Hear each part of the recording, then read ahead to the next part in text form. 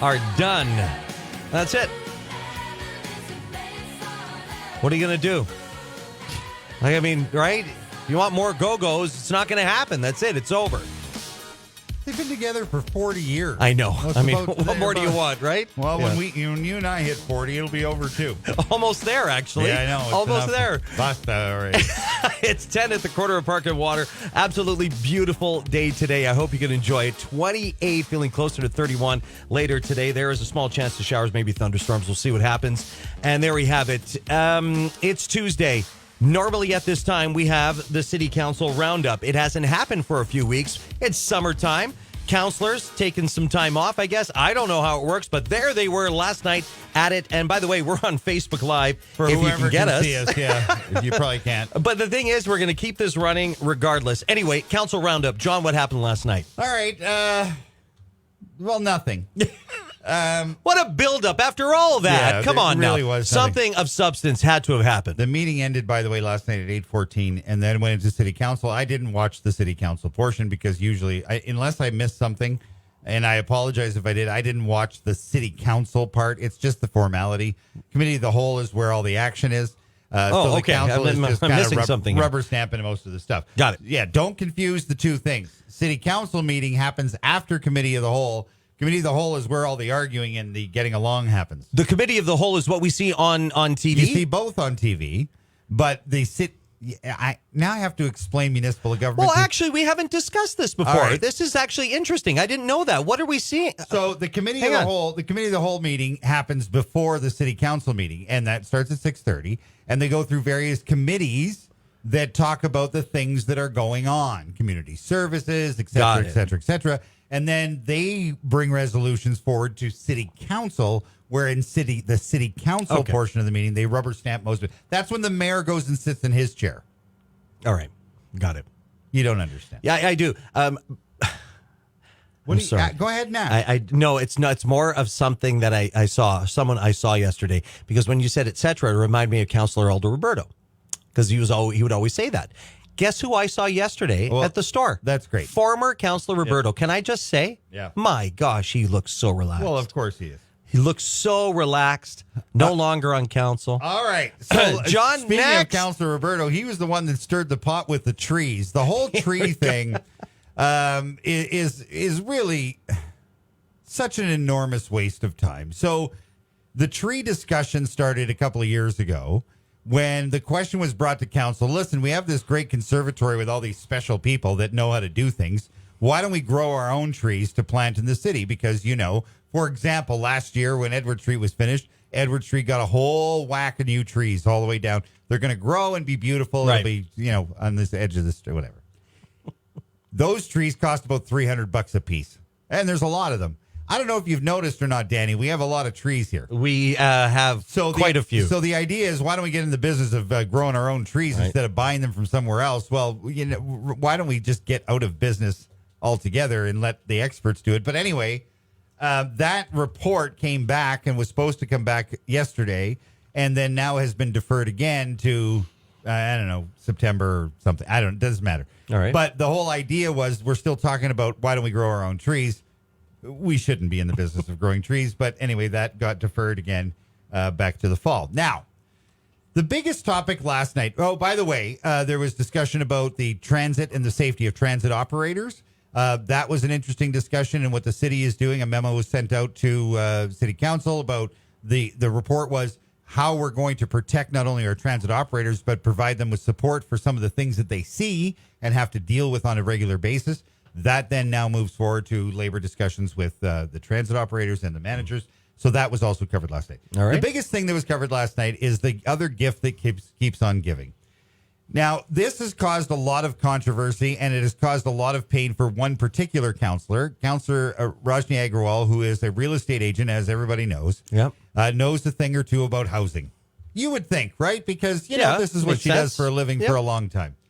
She is not letting go of this. And this has got to do with the Legal and Revenue Services Department of the City Council or City Hall that is moving to the Waverly building just down the street from us. That's the tallest building in the Port Arthur side. on the 7th floor. It requires renovations in order for them to move there. Now, there are some special needs of the legal department, one of them being security because of the sensitive information that they have and the sensitive situations that they deal with, which makes perfect sense. So the 7th floor of the Waverly Building is available. It is the top floor of that building. It is a beautiful view. It is prime real estate. It is prime real estate. Now, the city of Thunder Bay owns that building. They are the landlord of that building, okay? So this is why don't we just use our own building to move these people to that space? It's 3,000 square feet. Last night before council, the tender, or at least the information of moving this process forward, was that it's going to cost $90,000 to move to design the space for them to move in. Okay. So the architect fees are $90-something thousand. Councillor Agarwal has great exception to that because in her experience and her research, she went and asked everybody, how much should this cost? It shouldn't cost $90,000 to do a drawing of a 3,000 square foot office. Oh. Okay. What happened next? So she has not let this go for the last number of meetings, and so she continued last night. The other part of this is that attached to this move is $1.1 million in renovations. Right. For a 3,000 square foot facility. I kind of remember this $1 million price tag. Now, that was the price tag when they first quoted it. Right. Which was over a year ago, and we all know what's going to happen to that price.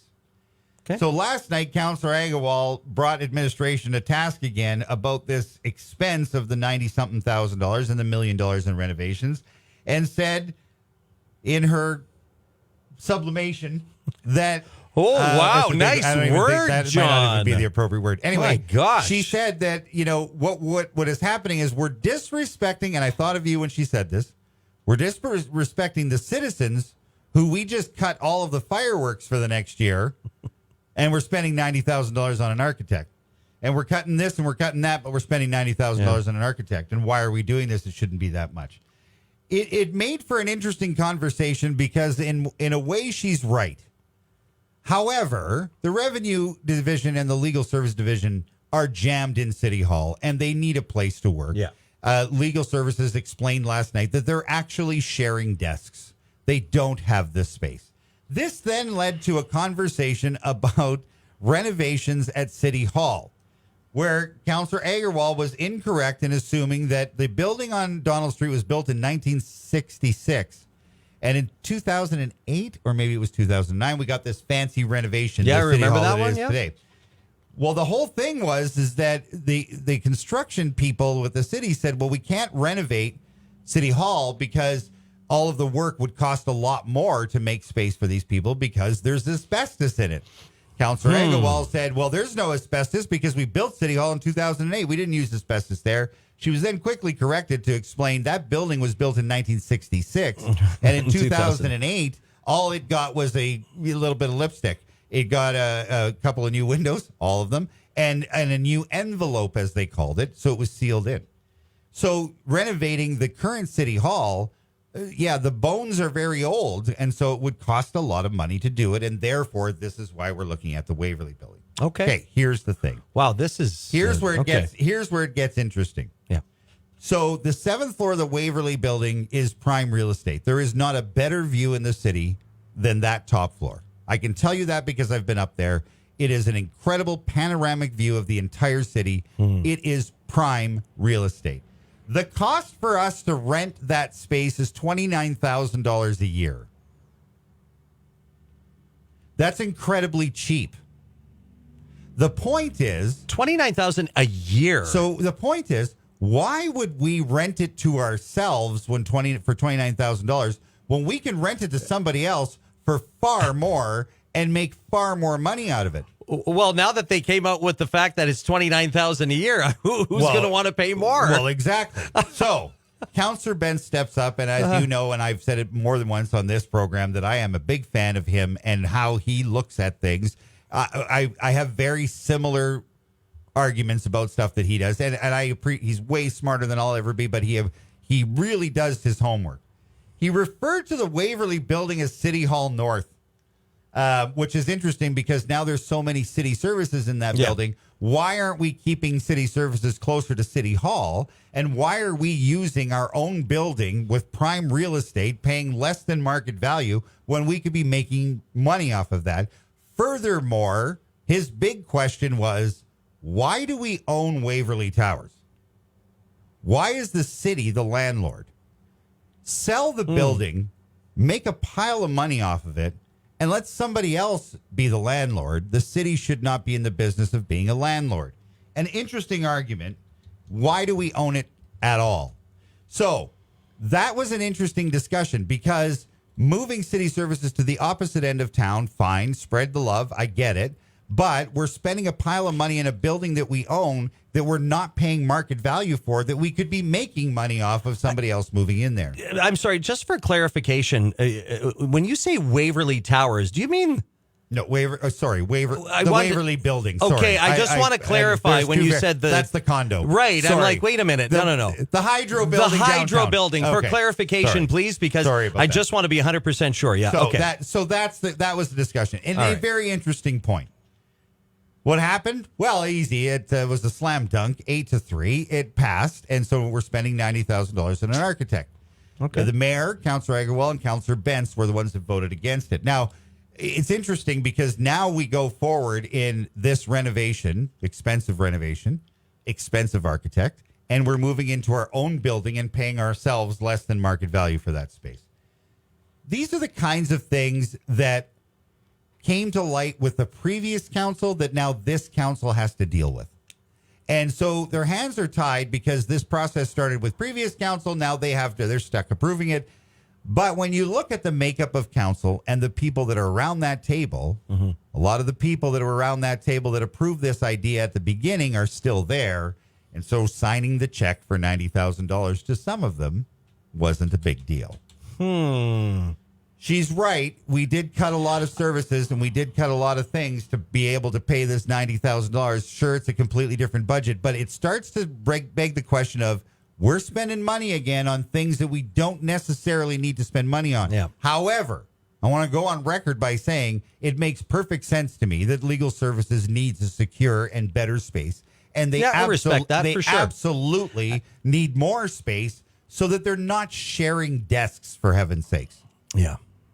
Then I was thinking to myself, we got so much space here. We should start. We have a whole area We have here. a whole Like, area. come on. Like you could sit next to Danny, My and gosh. it'd be great. I'm alone and I've got all these cubicles around. But anyway, it's the money, and it comes down to the money. And here we are spending it again, money that we don't have. can I just say what I think this has done? Because I didn't see this part of the meeting.